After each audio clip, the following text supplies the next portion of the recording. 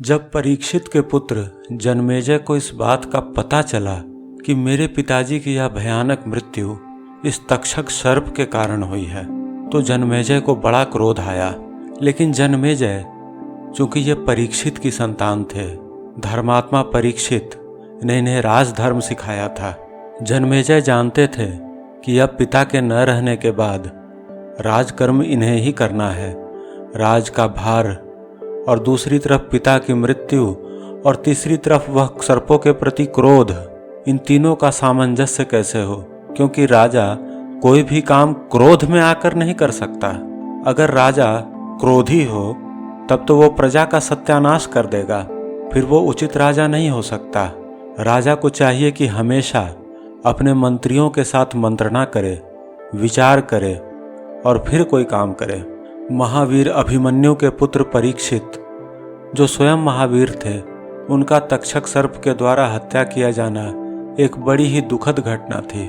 इसको लेकर परीक्षित के पुत्र जन्मेजय ने ऋषियों से पूछा कि हे ऋषियों, अब यहाँ जो उत्तम हो वह मुझे बताइए। इन भयंकर सर्पों ने इस धरती को आक्रांत कर रखा है। हे ऋषियों, अब मुझे क्या करना चाहिए? यहाँ जन्मेजय के मन में सर्पों के प्रति क्रोध है, द्वेष है, घृणा है, सर्पों से बदला लेने की भी शायद इच्छा है, परंतु एक राजा होने के नाते ये बदले की राजनीति नहीं कर सकते। अगर ये बदला लेने का प्रयास करें तो फिर ये राजधर्म से नीचे गिरते हैं, क्योंकि राजा सबका होता है। इसीलिए ये एक राजा की तरह प्रश्न करते हैं कि यहाँ आपके हिसाब से क्या उचित होना चाहिए, क्योंकि हम सब यह देख रहे हैं वास्तव में कि इन सर्पों ने अति कर रखा है। और यह जो तक्षक सर्प है, इसने काश्यप ऋषि को भी भय और लालच दिखाकर वापस कर दिया। काश्यप ऋषि चाहते तो मेरे पिता को वापस जीवित भी कर सकते थे और श्रृंगी ऋषि का श्राप भी पूरा हो जाता, परंतु इस तक्षक ने जानबूझकर अपने शक्ति प्रदर्शन हेतु ही मेरे पिता का वध किया है। तक्षक ने यह विचार तक नहीं किया कि वह किसका वध कर रहा है, बस अपने शक्ति प्रदर्शन के लिए इसने मेरे पिता का वध किया है। तो हे ऋषियों, मुझे अब क्या करना चाहिए? इस पर ऋत्विजों ने कहा कि हे राजन, आप ही नहीं, स्वर्ग के देवता भी इन भयंकर सर्पों से बहुत दुखी हैं। इन्होंने आपके लिए पहले से ही एक महायज्ञ का निर्माण कर रखा है। यह बात पुराणों में प्रसिद्ध है। उस यज्ञ का अनुष्ठान आपके अतिरिक्त और कोई नहीं कर सकेगा और हमें उस यज्ञ की विधि भली पूर्वक मालूम है। वेदज्ञ ब्राह्मणों ने शास्त्र विधि के अनुसार यज्ञ मंडप बनाने के लिए जमीन नाप ली, यज्ञशाला के लिए श्रेष्ठ मंडप तैयार कराया और राजा जन्मेजय यज्ञ के लिए दीक्षित हुए। अब सर्प यज्ञ विधि पूर्वक प्रारंभ हुआ। ऋत्विज अपने अपने कामों में लग गए। ऋत्विजों की आंखें धुएं के कारण लाल लाल हो रही थी। वे काले काले वस्त्र पहनकर मंत्रोच्चारण पूर्वक हवन कर रहे थे। उसी समय सभी सर्प मन ही मन कांपने लगे। अब बेचारे सर्प तड़पते, पुकारते, उछलते, लंबी सांसें लेते, पूंछ और फनों से एक दूसरे को लपेटते हुए आग में गिरने लगे। सफ़ेद, लाल, काले, नीले, पीले, बच्चे, बूढ़े, जवान, सभी प्रकार के सर्प चिल्लाते हुए टपाटप आग के मुंह में गिरने लगे। कोई 4 कोस तक लंबे और कोई गाय के कान के बराबर छोटे सर्प ऊपर ही ऊपर कुंड में आहुति बन रहे थे। ऋत्विजों ने जो मंत्र पढ़ा था वह सर्प को खींचने वाला था और ऋत्विजों के प्रभाव से हर तरफ से सर्प आ करके उस यज्ञ कुंड में गिरते जा रहे थे। उस सर्प यज्ञ में च्यवनवंशी चंड भार्गव होता था। कौत्स, उद्गाता, जैमिनी ब्रह्मा और शारंगरव और पिंगल ये 2 अधर्व्यू थे एवं पुत्र और शिष्यों के साथ व्यास जी, उद्यालक, प्रमत्तक, श्वेतकेतु, असित, देवल ये उस यज्ञ के सदस्य थे। नाम ले लेकर आहुति देते ही बड़े बड़े भयानक सर्प आकर अग्निकुंड में गिर जाते थे। सर्पों की चर्बी और मेद की धाराएं बहने लगीं। बड़ी तीखी दुर्गंध चारों ओर फैल गई तथा सर्पों की चिल्लाहट से आकाश गूंज उठा। यह समाचार तक्षक ने भी सुना।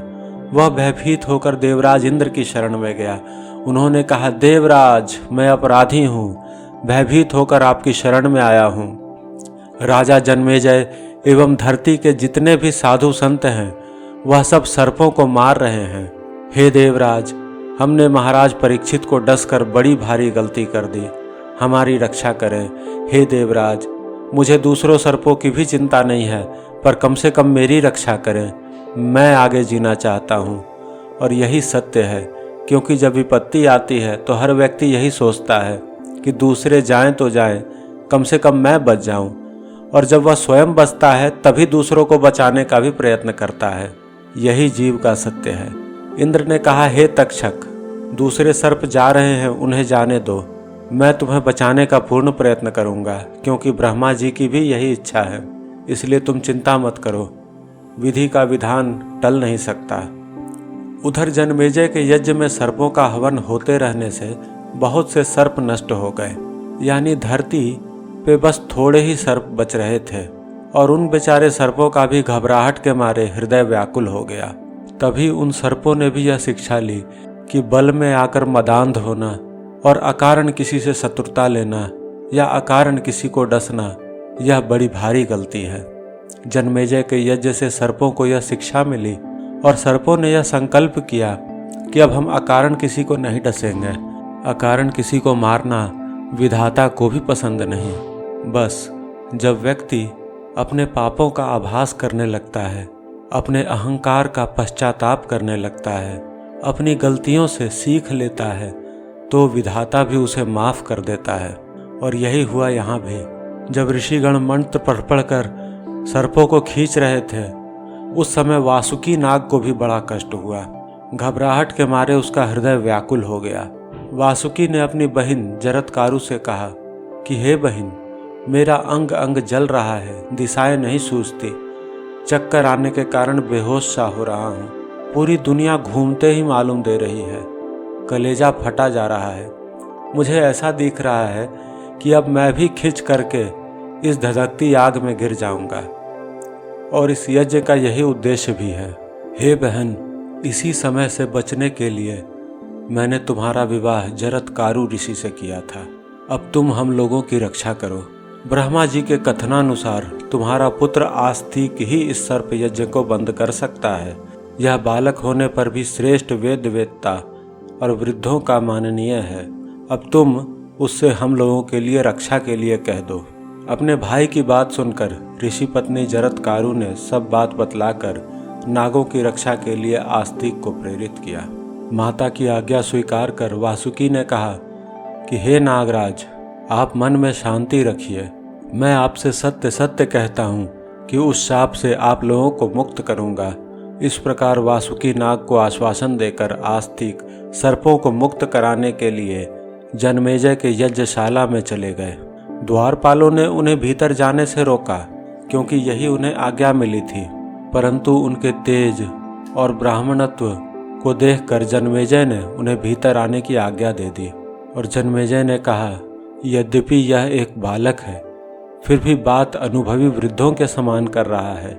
मैं इसे बालक नहीं, वृद्ध मानता हूँ।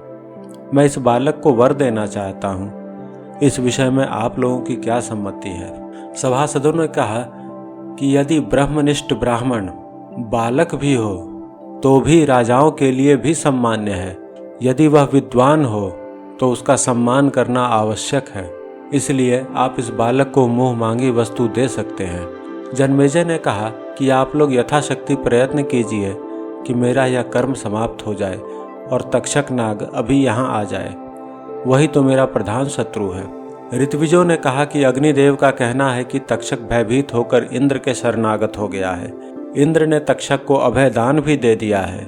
जन्मेजय ने कुछ दुखी होकर कहा कि आप लोग ऐसा मंत्र पढ़कर हवन कीजिए कि इंद्र के साथ तक्षक नाग आकर अग्नि में भस्म हो जाए, क्योंकि यहाँ इंद्र कौन होता है सर्पों की रक्षा करने वाला। एक ऐसा समय था जब देवता स्वयं सर्पों से परेशान थे, और आज ये इंद्र हमारे इस यज्ञ को अधूरा करना चाहता है। जन्मेजय की बात सुनकर होता ने आहुति डाल दी।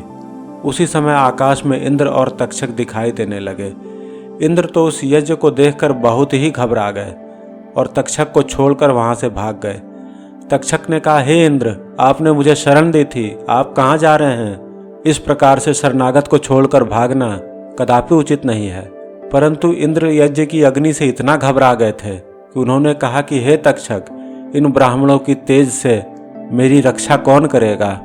हे तक्षक, मैं तुम्हें बचाने में असमर्थ हूँ। इंद्र की ऐसी नकारात्मक बात सुनकर, इंद्र का नकारात्मक व्यवहार देखकर तक्षक अत्यंत दुखी हो गए एवं पूरी तरह से आशाहीन हो गए। जब व्यक्ति आशाहीन होता है ना, तो उस समय कुछ न कुछ ऐसा चमत्कार जरूर हो जाता है जो उस व्यक्ति ने कभी सोचा न होगा। यह एक प्रकृति का सत्य है, क्योंकि जब तक व्यक्ति आशा रखता है, कुछ न कुछ बल रखता है, तब तक उस पर भगवान की कृपा नहीं आती। भले ही तक्षक सर्प अत्यंत दुष्ट था, परंतु फिर भी अब यहाँ यह आशाहीन हो चुका था, निर्बल हो चुका था। इसकी जो आखिरी रस्सी थी वो इंद्र की थी कि इंद्र मुझे बचा लेंगे। वो इंद्र भी भाग गए। इंद्र ने देखा कि मेरी बड़ी बेइज्जती होगी अगर मैं इन ब्राह्मणों द्वारा सर्प यज्ञ में खींच लिया गया और तक्षक को बचाने के चक्कर में मेरी आहुति पड़ गई, तो राजकाज जीवन तो जाएगा ही, साथ ही सदा के लिए एक बेइज्जती हो जाएगी। इसलिए इंद्र पहले ही भाग गए। और इंद्र जब तक्षक का हाथ छुड़ाकर वहां से निकल गए तो तक्षक पूर्णतया असहाय हो गए। उनका अहंकार जाता रहा, वह भीतर से साफ हो गए उस क्षण में जब संसार ने साथ छोड़ दिया। और उसी समय एक ऐसा चमत्कार हुआ कि ब्राह्मणों ने कहा कि हे राजन, अब आपका काम तो ठीक हो रहा है, इस ब्राह्मण को भी वर दे दीजिए। तो जन्मेजय ने कहा, हे ब्राह्मण कुमार, तुम्हारे जैसे सत्पात्र को मैं उचित वर देना चाहता हूँ, अतः तुम्हारी जो इच्छा हो प्रसन्नता से मांग लो, मैं कठिन से कठिन वर भी तुम्हें दे दूंगा। आस्तिक ने यह देखकर कि अब तक्षक अग्निकुंड में गिरने ही वाला है, अवसर का लाभ उठाया। उन्होंने कहा, हे राजन, आप मुझे यही वर दीजिए कि आपका यह यज्ञ बंद हो जाए और इसमें गिरते हुए सर्प भी बच जाएं, क्योंकि जितने भी दुष्ट, अहंकारी और खतरनाक सर्प थे वह सब मारे गए हैं। और ये जो वासुकी सर्प है, इन्हें भी भगवान शंकर ने अपने गर्दन में धारण कर रखा है। यह भी जनता का कोई अहित नहीं कर सकते। और ये तक्षक सर्प भी इंद्र द्वारा नियंत्रित किए जाएंगे। इसलिए हे जन्मेजय, आप लोगों का जो उद्देश्य था कि धरती को सर्पों के आतंक से बचाना है, सर्पों से नहीं। ये जो सर्प बचे हैं ये साधु स्वभाव के हैं, ये अनावश्यक किसी से भी वैर नहीं करते। इसलिए हे राजन, यही उचित समय है कि आप इस यज्ञ को अब बंद करें। आस्तिक के इस प्रकार कहने से जन्मेजय को कहीं न कहीं दुख हुआ। जन्मेजय ने कहा कि यह पूरा का पूरा यज्ञ हमने धरती को सर्प के आतंक से बचाने के लिए तो किया था, परंतु मेरे पिता का बदला तो पूरा नहीं हुआ, क्योंकि तक्षक अभी भी जीवित है और मेरा इतना बड़ा राजा बनने का क्या फायदा, क्या काम, जब मैं अपने पिता का बदला भी न ले सकूं। परंतु एक राजा और यज्ञ का यजमान होने के नाते उन्होंने यह बातें नहीं कही। उन्होंने बस इतना कहा कि हे आस्तिक मुनि, आप कुछ और वर मांग लीजिए, आप इस तक्षक को तो इस आग में गिरने ही दीजिए। परंतु महाज्ञानी आस्तिक जानते थे कि इस यज्ञ का उद्देश्य अब पूर्ण हो चुका है। यह तक्षक भी अब अभिमान रहित और भगवान के शरण हो चुका है। इसलिए अब आपको यह यज्ञ बंद कर देना चाहिए। यही विधाता की मांग है, यही उचित है। हे राजन, आप राजा हैं, बदला लेना आपको शोभा नहीं देता। आप समस्त प्रजा का कल्याण करें, आप सबके पिता हैं, सबकी जिम्मेदारी आप पर है। इस पर राजा जन्मेजय ने कहा कि हे ब्राह्मण, आप जो मांगते हैं आपको वह अवश्य मिलेगा। इस यज्ञ को मैं बंद करता हूँ। शौनक जी ने पूछा, हे सूतनंदन, उस यज्ञ में तो बड़े विद्वान ब्राह्मण थे, किंतु आस्तिक से बात करते समय जो तक्षक अग्नि में नहीं गिरा, इसका क्या कारण हुआ? क्या उन्हें वैसे मंत्र नहीं सुझाई दिए? उग्रश्रवा जी ने कहा कि इंद्र के हाथ से छूटते ही तक्षक मूर्छित हो गया था तथा संसार से उसकी आशा नष्ट हो चुकी थी। वह किसी भी प्रकार से अब अपनी रक्षा करने में समर्थ नहीं था एवं बिल्कुल निर्बल हो चुका था। इसी पर विधाता का एक चमत्कार हुआ और आस्तिक ऋषि ने कहा, ठहर जा, ठहर जा, ठहर जा। इस प्रकार 3 बार कहने से आस्तिक ऋषि के तप प्रभाव से वह अग्निकुंड में नहीं गिरा और आकाश में ऊपर ही लटका रहा। हे शौनक जी, सभासदों के बार बार कहने पर जन्मेजय ने कहा कि आस्तिक की इच्छा पूर्ण हो और यह यज्ञ समाप्त हो। आस्तिक ऋषि परम ज्ञानी है, ये प्रसन्न हो और इनका जो भी कहना है वह संसार के हित में है, इसलिए इनकी इच्छा पूर्ण की जाए। जन्मेजय के मुंह से यह बात निकलते ही सब लोग आनंद प्रकट करने लगे। सभी को प्रसन्नता हुई। सबने जन्मेजय का यह विशाल हृदय देखा। ताकि मृत्यु के साक्षात कारण तक्षक को भी इन्होंने क्षमा कर दिया। ये असली राजा होने के लायक हैं। सभी ऋषियों ने एक स्वर में कहा कि राजा जन्मेजय की जय हो, और सभी ऋषियों ने, संतों ने राजा जन्मेजय का बड़ा सत्कार किया। यज्ञांत का अभृत स्नान करके, यानी कि यज्ञ के बाद जो स्नान होता है, वह स्नान करके आस्तिक ऋषि का बहुत स्वागत सत्कार किया गया। सब ने उन्हें सब प्रकार से प्रसन्न करने के लिए उनकी स्तुति पूजा आदि की। जाते समय जन्मेजय ऋषि ने उनसे कहा कि आप मेरे अश्वमेध यज्ञ में सभासद होने के लिए जरूर पधारिएगा। आस्तिक ने प्रसन्नता से तथास्तु कहा। तत्पश्चात आस्तिक अपने मामा के घर जाकर अपनी माता जरत्कारु आदि सबसे यह समाचार सुनाए कि सर्प यज्ञ नष्ट हो चुका है और अब सर्पों को डरने की आवश्यकता नहीं। उस समय वासुकी नाग की सभा यज्ञ से बचे हुए सर्पों से भरी हुई थी। आस्तिक के मुंह से सब समाचार सुनकर सर्प बहुत प्रसन्न हुए। उन्होंने उन पर प्रेम प्रकट करते हुए कहा, बेटा, तुम्हारी जो इच्छा हो वर मांग लो। ये बार बार कहने लगे, बेटा, तुमने हमें मृत्यु के मुख से बचाया है, हम तुम पर प्रसन्न हैं और हम चाहते हैं कि हम तुम्हारा कुछ प्रिय कार्य करें, तुम्हें कुछ दें। हे जगतकारु के पुत्र, कुछ वर मांगो। इस पर आस्तिक ने कहा कि हे सर्पगण, मैं आपसे कुछ नहीं चाहता हूँ, परंतु जिस कारण से यह सर्प यज्ञ हुआ है उस कारण का निवारण चाहता हूँ कि आगे समय आकर आप सर्पों पर कोई विपत्ति न हो। आज से मैं यह चाहता हूँ कि आप बिना कारण किसी को न काटें। अगर कोई व्यक्ति आपको परेशान न करता हो, आपका भोजन न छीनता हो, आपसे द्वेष न करता हो या किसी प्रकार से आपका घर न उजाड़ता हो, तो उस व्यक्ति पे आप आक्रमण नहीं करेंगे। इस पर सर्पों ने तथास्तु कहा।